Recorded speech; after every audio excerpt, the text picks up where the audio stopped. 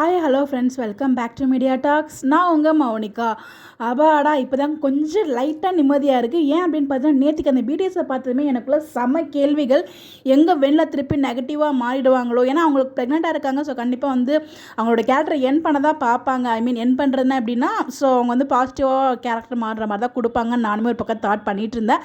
நேற்று அந்த பிடிஎஸை பார்த்ததுமே எனக்கு செம ஷாக்காக இருந்துச்சு. ஆனால் இன்றைக்கி எபிசோட் ப்ரொமோ, நாளைக்கு அப்கமிங் ப்ரொமோ பார்த்ததுமே அப்பாடா கொஞ்சம் நிம்மதியாக இருக்குது. எனக்கு வெளில பார்க்கும்போது நெகட்டிவ் ஷேடில் தெரியல, பாசிட்டிவ் மாதிரி தான் எனக்கு ஃபீல் ஆகுது. ஏன் அப்படின்னா அவங்க சத்தியம் கேட்கல.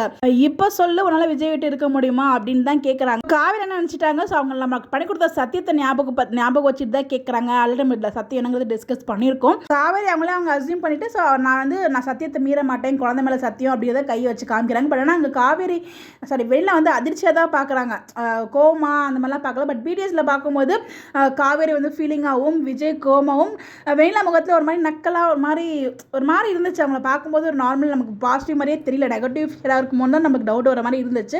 பட் ஆனால் இன்றைக்கி ப்ரொமோ பார்க்கும்போது அவங்க பாசிட்டிவாக தான் மாறிடுவாங்கன்னு எனக்கு தெரிஞ்சு. என்ன நடக்கும்னா, காவேரி குழந்தை மேலே சத்தியம் பண்ணியிருக்காங்க இல்லையா, ஸோ வெளில வந்து வாக்குமூலம் வந்து கரெக்டாக கொடுத்துருவாங்க. ஏன்னா நடந்ததோ அது வந்து அப்படியே சொல்லிடுவாங்க, விஜய் வந்து வெளில எடுக்கிற மாதிரி.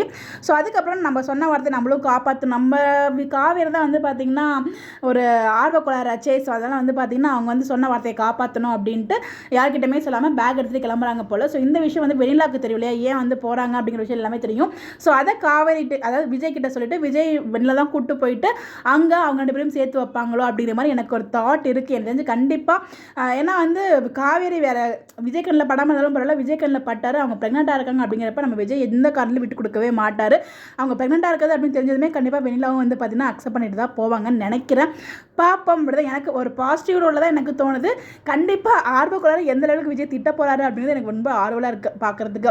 ஏன்னா இப்படி ஒரு முட்டாள்தனமான விஷயத்தை பண்ணிட்டாங்களே அவங்க. பட் அது முட்டாள்தனம் கிடையாது, அது ஒரு விதமான லவ் தான். அதை பற்றி நம்ம தண்ணி டிஸ்கஸ் பண்ணோம். பட் ஆனால் அந்த இடத்துல கண்டிப்பாக விஜய் காவேரி திட்டுவார். அந்த திட்டு தான் விதமான பாசத்தில் திட்டுவாங்களே, ஒரு கோபமான திட்டு, அதை தான் வந்து நான் சொல்கிறேன். ஸோ அதெல்லாம் வந்து நடக்கும் நினைக்கிற அப்கமிங்கில். பட் கண்டிப்பாக வீக்காக சேருவாங்க தவிர அகைன் பிரிய மாட்டாங்க. ஸோ யாரும் பயப்படாதீங்க.